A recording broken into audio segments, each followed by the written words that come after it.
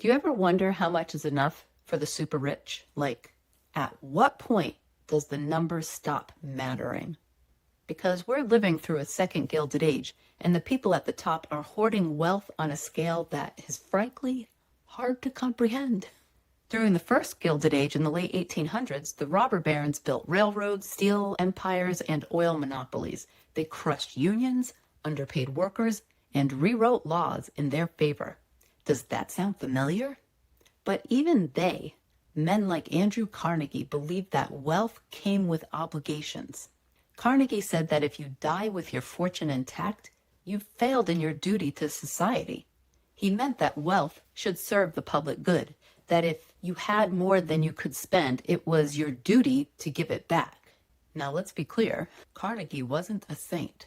He broke strikes with violence and exploited his workers.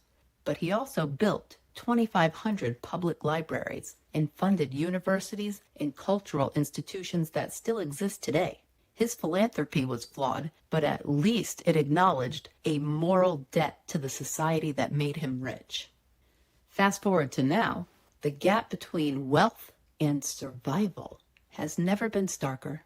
We have billionaires launching themselves into space, while millions of Americans could miss their SNAP benefits because Congress can't be bothered to show up to work. And yeah, Mike Johnson, this is all on you and your fellow Republicans. The Republican shutdown. We have executives earning hundreds of times more than their employees, while those same employees are forced to drive for Uber or get another job in order to make rent. We've normalized it. We've accepted that this is just how capitalism works. But capitalism isn't a law of nature. It's a set of choices, policy choices, and we've allowed those choices to concentrate wealth and power at the top. If we taxed billionaires at 90% the way we did during the 1950s when America's middle class was thriving, they would still have unimaginable wealth. They would still have private jets, multiple homes, and generational security. They just wouldn't have the power to bend democracy to their will. So why don't we do it? Why do people keep voting for politicians who protect billionaires instead of themselves? That's what drives me insane, because it makes absolutely no sense. People are voting against their own interests. Stop it, okay? That same ideology fueled social Darwinism, the belief that success equals moral worth. This idea that billionaires earned their money through hard work and genius while the rest of us just didn't hustle hard enough, that's a lie. It's a convenient lie that tells the rich they're superior and people struggling that it's their own damn fault. No, it's not.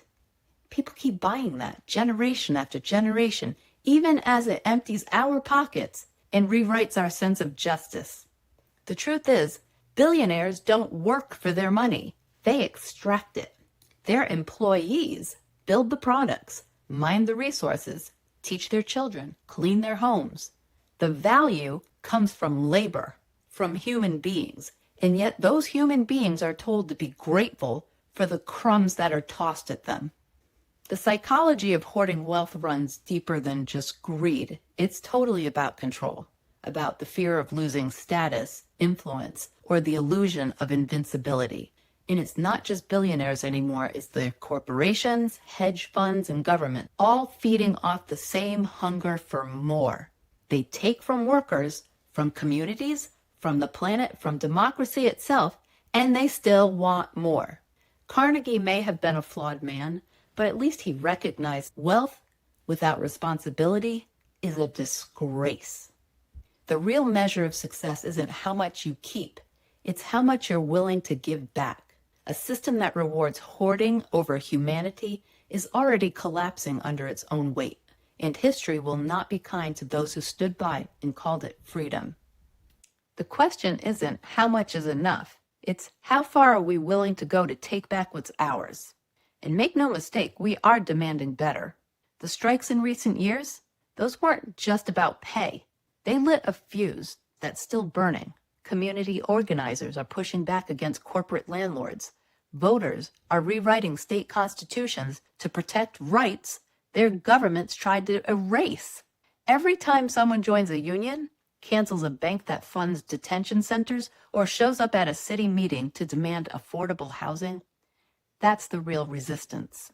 And just like during the first Gilded Age, when workers shut down railways, journalists exposed corruption, and ordinary people forced antitrust laws into existence, the pushback is rising again.